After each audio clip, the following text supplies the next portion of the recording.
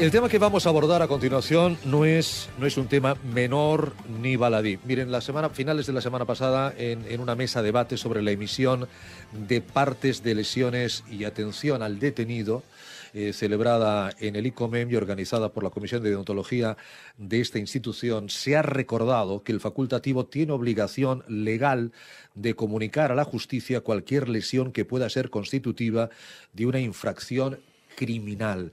Nosotros saludamos al doctor Andrés Vedate Gutiérrez, que es el presidente de la Comisión de Deontología del ICOMEM, es médico forense y tiene la bondad de atender nuestra llamada telefónica. Doctor Vedate, muy buenas tardes. Hola, buenas tardes. Don Andrés, gracias por, sé que lleva unos minutos aguardando, y gracias por hacerlo. Digo que no es un tema menor y es un tema el que los médicos pues deben de prestar mucha atención. El poder poner sobre aviso que las lesiones que están viendo, sean de un menor, sea de un adulto, han sido provocadas o producidas de una manera no accidental. Eso al médico le crea muchas veces mucha confusión a la hora de cómo comunicarlo, temor de hacerlo. Está bien sobre todo, bien apoyado por la justicia para poder realizar ese trabajo. Vamos a ver, bueno, primero pedir disculpas porque es que tengo un catarro brutal. Bueno, es usted el 8 millones, creo, en España en estos momentos. No se preocupe, don Andrés, doctor. Le agradezco. Pero bueno, voy a intentar hablar lo más lento posible. Doble agradecimiento a que esté usted hoy con nosotros, entonces.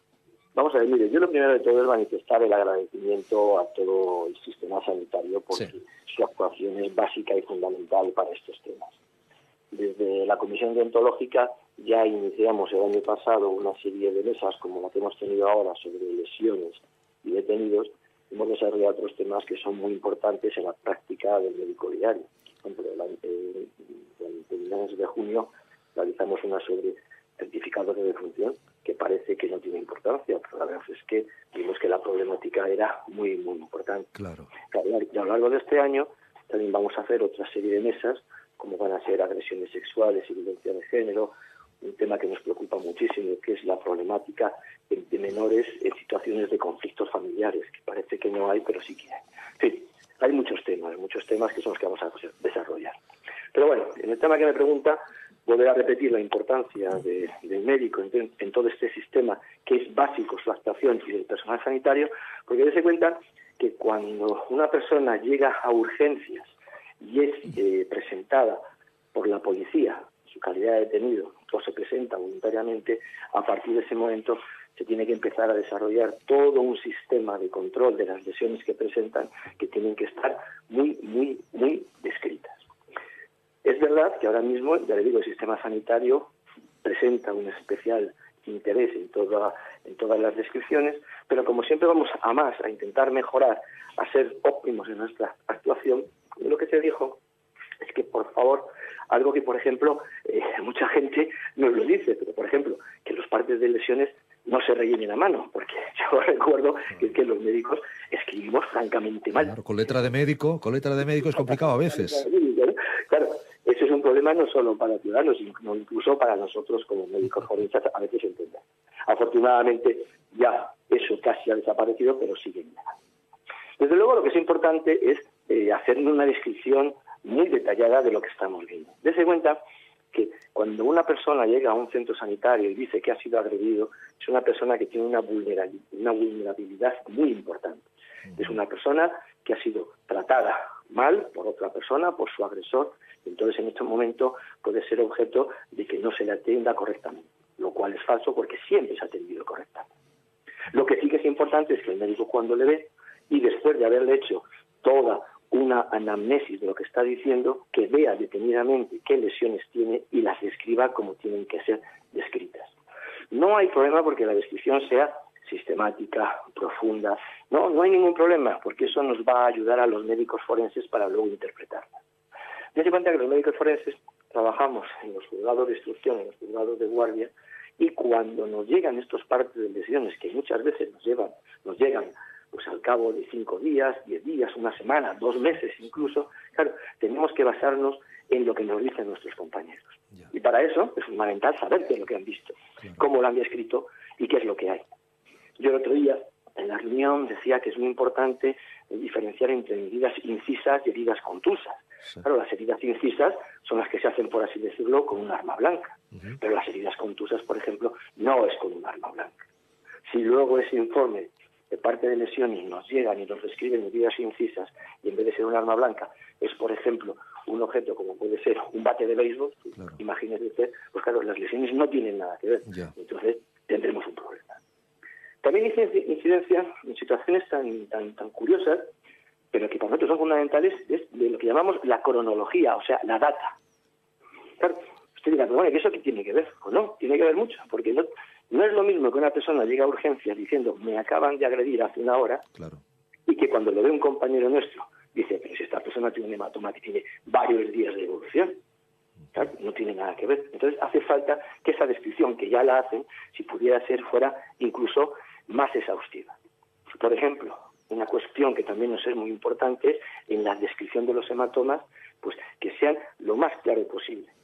Entonces, por ejemplo, hemos tenido pues objetos, se puede usted imaginar que las personas cuando están en pleno acto agresivo utilizan los objetos más increíbles que se puede imaginar. Pero, por ejemplo, yo siempre cuando hablo de este tema y doy conferencias a mis compañeros médicos forenses o a compañeros médicos o a la policía, a la Guardia Civil, yo siempre llevo una diapositiva que intento que ellos piensen con qué puede haber sido producido esa lesión. Y al final, a base de discutir, de pensar y desarrollar un poco nuestra imaginación, al final consigo que todos averigüen cuál ha sido el objeto con el que se ha producido esa lesión. Luego hay muchos temas que fueron tocándose, por ejemplo, temas en relación a los tratamientos. Hace años, yo llevo ya en la profesión de médico forense, voy a decirle más de 30 años, o sea que ya años bastante, y cuando ingresé en el Cuerpo Nacional de Médicos Forenses, cuando veíamos las lesiones teníamos que establecer un pronóstico. Un pronóstico es cuánto tiempo pensamos que va a tardar en curar. Entonces, en base a ese pronóstico, las lesiones en una agresión se calificaban de una forma o de otra. Es decir, si curaba menos de 15 días, se consideraba que era un pronóstico leve. Si estaba entre 15 y 30, se consideraba que era un pronóstico menos grave. Y si tenía más de 30 días sin curar, pues era un pronóstico grave. Hoy día no. Hoy día esa calificación de las lesiones ya ha quedado totalmente obsoleta y ahora entramos en otra dinámica, ya desde hace varios años, en la cual lo que tenemos que valorar es que esas lesiones que tiene esa persona, qué tipo de acto médico y o acto quirúrgico se ha desarrollado. Por ejemplo, piense usted, a una persona que tiene una lesión con un arma blanca. Sí. Entonces hay que suturar, ponerle una sutura. Pues no es lo mismo que la sutura se haga con seda quirúrgica, que se haga con steel strips o que se haga con pegamento de este que ponen ahora en las lesiones en las heridas. Según el tipo de tratamiento que se utilice, esa lesión va a tener una cualificación penal de un tipo o de otro. También dice algo que les sorprendió mucho a los médicos y sobre todo a los odontólogos que teníamos allí, porque también fueron invitados los odontólogos a esta charla. La verdad es que duró al final cerca de 3 horas y hubo que cortar porque es que las preguntas eran infinitas. Todo el mundo preguntaba, ¿no? Sí. Lo cual es lógico porque es un tema que preocupa. Hombre, es un tema interesante, claro, muy interesante. Sí. Entonces yo les decía, por ejemplo, que cuando una persona que ha sufrido una agresión tiene un traumatismo dental y pierde una pieza dental, bueno, pues por el hecho de perder una pieza dental, pues eso puede ser ya un delito. Claro, si es un delito y hay un juicio y hay una sentencia condenatoria de alguien, pues evidentemente la persona que sea condenada va a tener antecedentes penales y eso le va a suponer pues una serie de repercusiones sociales y familiares más o menos importantes. O sea que todo esto es complejo y que era necesario. Sí. Aquí hay dos temas, yo creo para la audiencia importantes. Uno, efectivamente, es la persona que llega a urgencias y que dice que ha sido agredida, que ha sido violada. Hoy en día, bueno, yo creo que es relativamente sencillo saber si esa mujer ha sido violada, ha sido agredida, esa tremenda violencia de género que sufrimos. Pero estoy pensando, por ejemplo, también en los niños y en el caso que tuvimos recientemente por aquí, por Cataluña, que un padre pues golpeó a su hijo, que al final tuvo que estar ingresado en la unidad de vigilancia intensiva y lamentablemente el niño acabó muriendo. Hay muchas personas que reciben malos tratos, pero no los quieren comunicar. Y usted, cuando empezaba hace 30 años, era seguramente lo más frecuente, que no se comentaran, que no se comunicaran, que se quedaran en el entorno del hogar. El médico ahí, y ya no hablo del médico de urgencia, sino del médico de atención primaria, que es el que a lo mejor ve a ese niño, o es el que a lo mejor ve a esa mujer por otro problema, porque tiene gripe, pero se fija durante la exploración, si es que tiene tiempo, claro, se fija de un hematoma que, hombre, le parece un hematoma así como dudoso, y yo estoy seguro que la señora dirá, no, me lo hice con un golpe que me di en la puerta. Es decir, ahí el médico de atención primaria tiene que hacer un poco también de, permítame la expresión fácil, de Sherlock Holmes, de investigar, o eso está fuera de sus competencias. No, vamos a ver, esa situación que usted está describiendo se está dando actualmente. Afortunadamente, los especialistas de los servicios de urgencia de los hospitales son gente ya muy experta, muy experta. Sí. Han visto ya muchísimas cosas.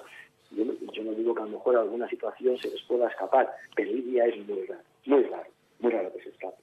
Sin embargo, sí que es cierto, porque lo vemos todos los días en las noticias, ¿no? Sí. Vemos que se produce una violencia de género con fallecimiento de la mujer, sí, y de repente dicen que es que no había antecedentes previos de denuncia. Ya. Claro, si no hay antecedentes previos de denuncia, es bastante difícil saber qué está pasando ahí. Y con los niños ocurre lo mismo. Los niños, por ejemplo, cuando mi compañero, que es el niño Jesús, estaba comentando el tema, decía algo que la gente se quedó muy sorprendida, pero es que es así. Por ejemplo, los niños, la mayoría de las veces cuando se detectan estas situaciones de agresiones hacia los menores, se detectan de una forma totalmente fortuita. Y fortuita le digo que a lo mejor llevan al niño porque tiene fiebre y el médico que está en urgencias ve lo que usted acaba de decir. Ve una serie de hematomas, fundamentalmente de cronología o data diferente en el tiempo, y cuando se empieza a preocupar por lo que está viendo, entonces surge rápidamente la explosión familiar y ¿pero qué dice usted? ¿Qué dice usted? Claro. Y es efectivamente cuando empieza todo el problema. Exacto. Cuando la madre y el padre, que es el que llevan al niño por esa vacuna, por esa gripe, por ese dolor de garganta, dicen, no, esto se lo han hecho el niño jugando, esto se lo ha hecho el niño en la guardería, y el médico ve claramente, porque como me dice, hay hematomas de diferente coloración, hay hematomas de diferentes edades y de diferentes fechas. Ahí el médico con serenidad, con calma, lo que hace que es comunicarlo, da un parte a alguien, no sé si es la enfermera la que a lo mejor saca esa nota para ponerse en contacto con no sé si es con la policía, si es con la Guardia Civil, con quien sea, hasta que llegue al juez si es necesario, ¿no? Vamos a ver, hay una serie de partes de lesiones que ya están protocolizados, y uno de los más importantes precisamente es el de menores, en el cual, en cuanto salta la sospecha, rápidamente se pone en marcha. Y en los hospitales de pediatría, fundamentalmente aquí en Madrid tenemos el Niño Jesús, por ejemplo, rápidamente saltan todas las alarmas y se pone toda la gente en marcha. Luego tendrá que pasar lo que tenga que pasar, pero desde luego lo que primero priva es defender a ese crío ante una situación de vulnerabilidad que pueda tener, no sabemos dónde, si en el medio familiar, en el medio social, en el colegio o donde sea. Claro. Habrá que protegerle y saber qué es lo que está pasando. Porque sí que es verdad, por ejemplo, en los menores hay que tener mucho cuidado con las informaciones que se puedan dar, porque una información errónea en una agresión a un menor luego tiene repercusiones sociales y familiares muy importantes. Entonces hay que saber, hay que tener todos los datos. Normalmente, el médico que está en pediatría, en el hospital de pediatría, lo que valora en ese momento son las lesiones que está viendo. Y él, como es un experto, sabe diferenciar o sospecha la diferenciación. Pero luego hay otra serie de factores secundarios posteriores, como son que luego tiene que actuar el médico forense, tiene que ver ese parte de lesiones, tiene que ver al crío, tiene que ver a las familias, hay que ver las actuaciones judiciales cuando se va tomando declaración a la gente, y en todo ese procedimiento el médico forense, que es médico, como el de urgencias, interviene. Sí. Pero si no fuera porque el médico de urgencias inicia la actuación, todo esto sería muy difícil de desarrollar. Por eso le digo que los médicos de urgencias de este país, afortunadamente, tienen una experiencia muy importante y que son una de las piezas básicas en todo este problema de las lesiones en personas civiles y en personas dependientes. Bueno, pues ya sabemos que al menos en el médico también tenemos a un aliado para dar al menos la voz de alarma autorizada de algún problema de violencia de género, de algún problema de maltrato físico en niños, en adultos, que pueda buscar una solución. Don Andrés, doctor Vedate, presidente de la Comisión de Deontología del ICOMEM, le agradezco mucho su tiempo una vez más y que se mejore de esa gripe lo antes posible, doctor. Un abrazo. Espero, porque es que me está matando. Seguimos en contacto, don Andrés. Un abrazo para usted. Buenas tardes. RKB